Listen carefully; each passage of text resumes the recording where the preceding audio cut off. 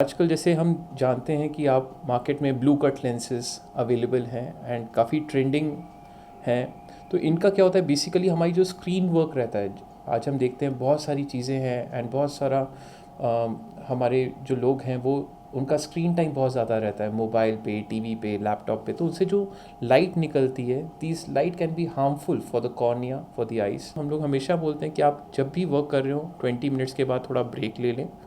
अगर आपको लगता है कि towards the end of the day आपको आइज़ में burning sensation, itching, foreign body sensation, grittiness ऐसा कुछ लग रहा है, ड्राइनेस के सिम्टम्स लग रहे हैं, तो फिर एक बार डॉक्टर को ज़रूर दिखा लें कि आपका ड्राइनेस कहीं डेवलप तो नहीं हो रही। हमारी बॉडी में ना एक सर्केडियम रिदम होता है, मतलब हमारी बॉडी इसी तरह से बनी है कि हम जब रात की एक नींद लेते हैं, रात को 10 बजे सोते हैं, सुबह 6 बजे उठ जाते हैं। आप हमारे बुज़ुर्गों में देखेंगे वो जल्दी सो जाते थे और जल्दी उठ जाते थे, तो उनकी बॉडी वो बड़े फिट रहते थे।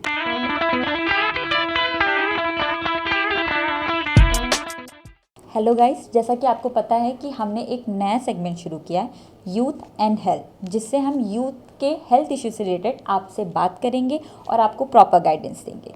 तो आज हम आए हैं माता श्री नेत्रालय के eye surgeon doctor Chahveer Singh Bindra ji से बात करने के लिए।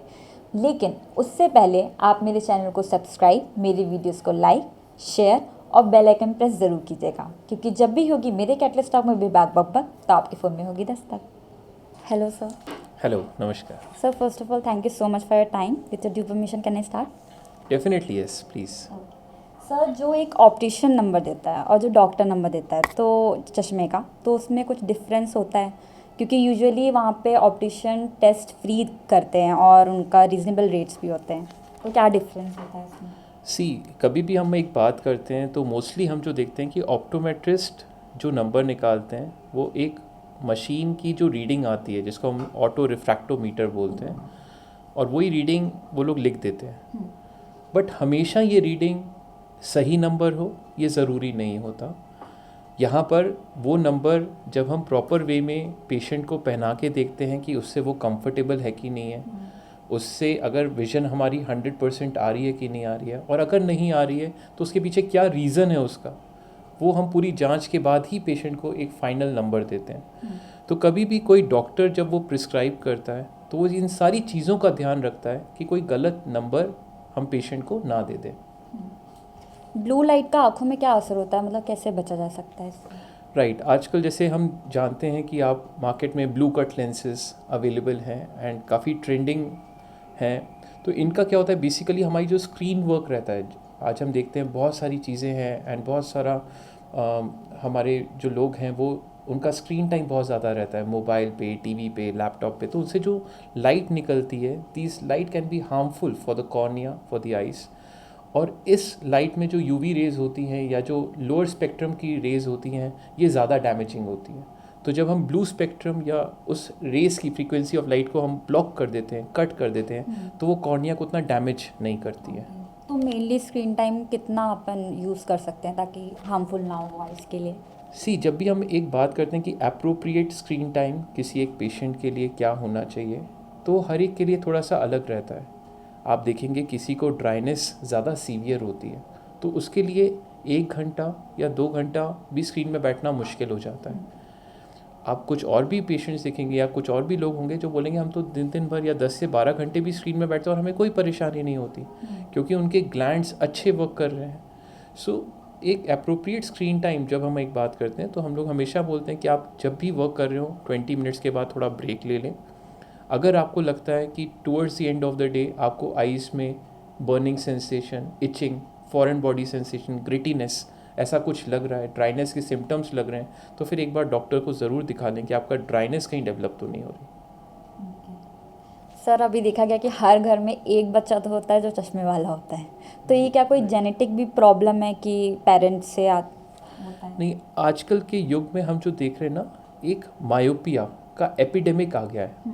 मायोपिया का एक, अगर हम सिंपल आम भाषा में अगर हम बात करें तो माइनस नंबर किसी अगर पेशेंट को होता है तो उसका मतलब होता है कि जो आई बॉल का साइज़ है वो थोड़ा बड़ा है और जो हमारी रेज़ हैं वो पर्दे के आगे बन रही हैं, फॉल कर रही हैं, जिससे हमारी जो दूर की नज़र होती है वो धुंधली हो जाती है। और मायोपिया के बढ़ने के कारण क्या होते हैं? Excessive screen time. जो बच्चे दिन भर मोबाइल पे, लैपटॉप पे, टीवी पे अपना वक्त देते हैं, उनमें हम देखते हैं मायोपिया ज़्यादा बढ़ जाता है। इसके साथ में आउटडोर एक्टिविटीज़, जिन बच्चों की जो आउटडोर एक्टिविटीज़ होती है अगर वो 2 घंटे से कम है, उनमें हम मायोपिया का प्रोग्रेशन ज़्यादा देखते हैं। साथ में जो बच्चे बहुत ज़्यादा पास से किसी किताब को पढ़ते हैं या मोबाइल बहुत पास से देखते हैं, उनमें ये मायोपिया का प्रोग्रेशन ज़्यादा होता है।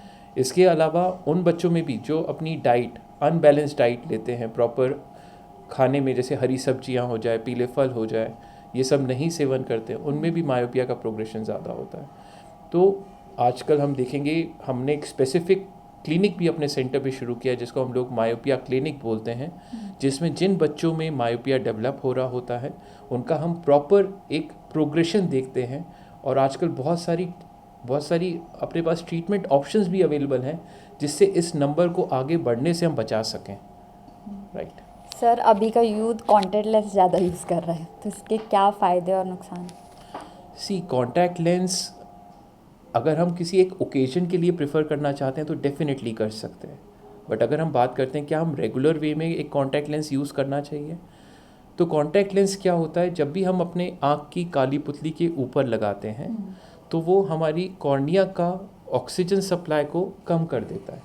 और जब ये ऑक्सीजन सप्लाई कम होता है तो हमारी कॉर्निया में केराटाइटिस, कॉर्निया के इन्फेक्शंस, कॉर्निया में ड्राइनेस, इसके चांसेस बहुत बढ़ जाते हैं।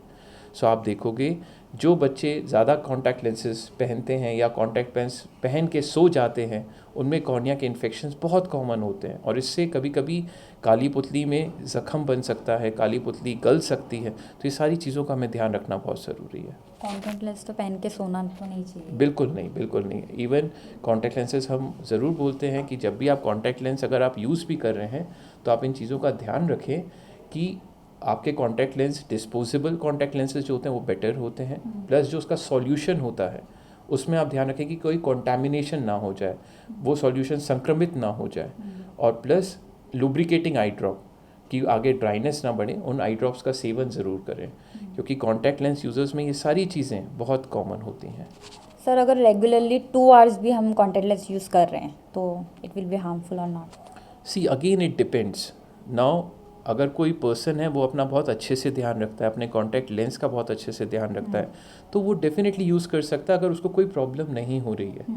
बट अगर हम एक चश्मे की बात करते हैं तो चश्मा पहनना, उतारना बहुत आसान होता है जब हम उसको कॉन्टैक्ट लेंस से कंपेयर करते हैं।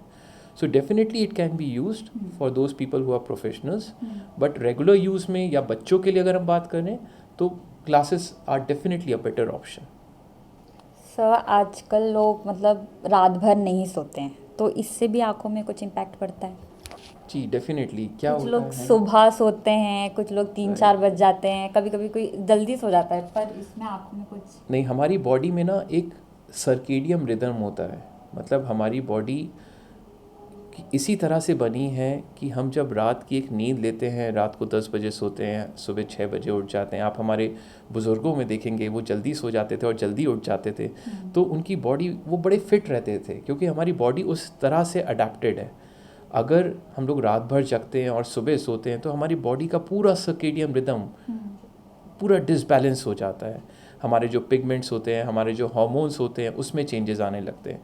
आप देखोगे उन लोगों में चिड़चिड़ापन, काम अच्छे से ना करना, ये सब चीज़ें ज़्यादा कॉमन हो जाती हैं। इवन बॉडी में वीकनेस आना, ड्राइनेस का बढ़ जाना, ये सब चीज़ें ज़्यादा आम हो जाती हैं।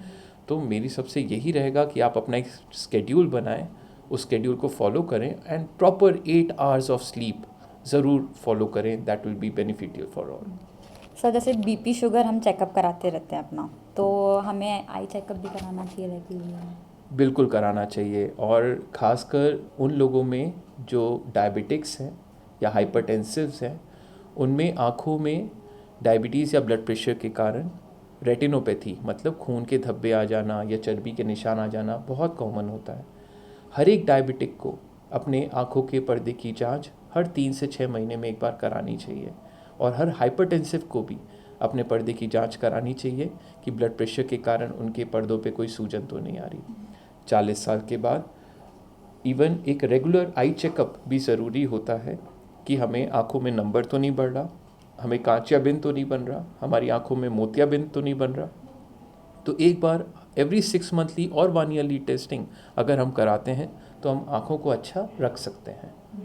कुछ लोगों का कहना है हरी घास पे चलने से आँखों का चश्मा कम, मतलब नंबर कम हो जाता है, तो ये सही है?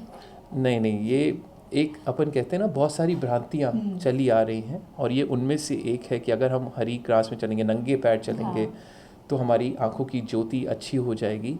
बट ऐसा कुछ भी नहीं रहता है। इवन पहले ये भी कुछ कहते थे कि अगर हम बहुत तेज़ रोशनी की तरफ देखेंगे तो भी हमारी आँखों की जोत बढ़ जाती है। कुछ लोग दीपक को देखते थे कि हमारी जोत बढ़ जाएगी, बट ऐसा करने से कुछ भी नहीं होता। इनफैक्ट ये सब करने से हमारी आइज़ डैमेज हो सकती हैं। और कुछ लोग का ये भी कहना है कि अगर तुम्हें चश्मा नहीं भी लगा, अगर डॉक्टर के पास दिखाने जाओगे तो लग जाता है। नहीं, एक्चुअली क्या होता है, जब हम चश्मा जैसे सपोजिंगली नहीं पहन रहे होते हैं तो हम अपनी मसल्स को यूज़ कर रहे होते हैं अगर हमें नंबर होता है तो। बट आप देखोगे उन लोगों में हेडेक की संभावना और आँखों में थकान की संभावना बहुत ज़्यादा हो जाती है। जिन मनुष्य में हम देखते हैं कि सिर दर्द होना, आँखों में दर्द होना, तो उनमें कभी कभी सिर्फ एक कारण होता है कि चश्मे का नंबर है और हम पहन नहीं रहे हैं। अगर किसी को चश्मा नहीं पहनना है तो बहुत सारे ऑप्शंस हमारे पास अवेलेबल हैं, जैसे लेसिक प्रोसीजर है, रिफ्रैक्टिव सर्जरीज़ हैं, जिससे हम चश्मे को हटा सकते हैं। बट नंबर की उचित जांच होनी ही चाहिए कि हमारी आंखों पे कोई किसी भी प्रकार का कोई स्ट्रेन तो नहीं पड़ रहा। सर कुछ लोग डिले कर देते हैं कि नहीं डॉक्टर को नहीं दिखाना जस्ट बिकॉज कि चश्मा लग जाएगा तो हम थोड़े वियर्ड दिखने लगेंगे, पर वही नंबर बढ़ जाता है, तो इसमें यस, मायोपिया ऐसे का लापरवाही करना। बिल्कुल, मायोपिया का प्रोग्रेशन का भी एक कारण होता है जब हम प्रॉपर नंबर नहीं पहनते हैं। और जैसा मैंने आपको बताया कि जैसे अगर कोई पेशेंट नहीं चाहता है कि वो चश्मा पहने तो बहुत सारे ऑप्शंस आज अवेलेबल हैं और बहुत सेफ़ हैं। मतलब इनमें कोई भी ऐसी परेशानी आगे चलकर नहीं आती है। जिसमें हम लेज़र प्रोसीजर, जिसमें सिर्फ किरणों के द्वारा हमारी काली पुतली में लेज़र कर दिया जाता है कि हमारा चश्मा उतर जाए। बट येस, डेफिनेटली जब भी हम इस तरह के प्रोसीजर के लिए आगे बढ़ते हैं तो उससे पहले हम आँखों की स्कैनिंग करते हैं कि ये प्रोसीजर करने में हमें कोई परेशानी तो नहीं होगी। तो कोई एलर्जीज़ के भी कोई सिम्टम्स होते हैं आइज से? बिल्कुल, अगर हम एलर्जिक कंजंक्टिवाइटिस की बात करते हैं तो इसमें जैसे आप देखोगे कुछ बच्चे होते हैं उनकी आंखें लाल हो जाती हैं, आंखों में चुभन आने लगती है, आंखें बार बार मलने लगते हैं। तो उन लोगों में हम देखते हैं कि जैसे एलर्जी किससे हो सकती है? धूल से हो सकती है, मिट्टी से हो सकती है, धूप से हो सकती है, धुएँ से हो सकती है, पोलेंस उससे हो सकती है, और भी बहुत सारी चीज़ें हैं जिससे बॉडी में हमारे एलर्जी हो सकती है। बट अगर हम प्रॉपर एलर्जी का ट्रीटमेंट कराते हैं, एंटी एलर्जिक मेडिसिन्स लेते हैं, प्रॉपर आई ड्रॉप्स डालते हैं, काला चश्मा पहन के रखते हैं, तो हम इन सब चीज़ों को रोक सकते हैं। जिन लोगों में बहुत ज़्यादा एलर्जी की सब प्रॉब्लम रहती है उनमें फिर एलर्जी की टेस्टिंग होती है जिसमें काफ़ी सारी चीज़ों से देखा जाता है कि किस चीज़ से एलर्जी है। थैंक यू सर, आपसे बात करके बहुत अच्छा लगा। Right, most welcome, thank you. तो आपको डॉक्टर चावी सिंह बिंद्रा जी से मिलकर कैसा लगा मुझे कमेंट सेक्शन में टेक्स्ट करके ज़रूर बताएं। और अगर मेरी वीडियो पसंद आई हो तो मेरे चैनल को सब्सक्राइब, वीडियोस को लाइक, शेयर और बेल आइकन प्रेस ज़रूर कीजिएगा, क्योंकि जब भी होगी मेरे कैटलिस्ट टॉक में बक बक बक तो आपके फ़ोन में होगी दस्तक। Thank you.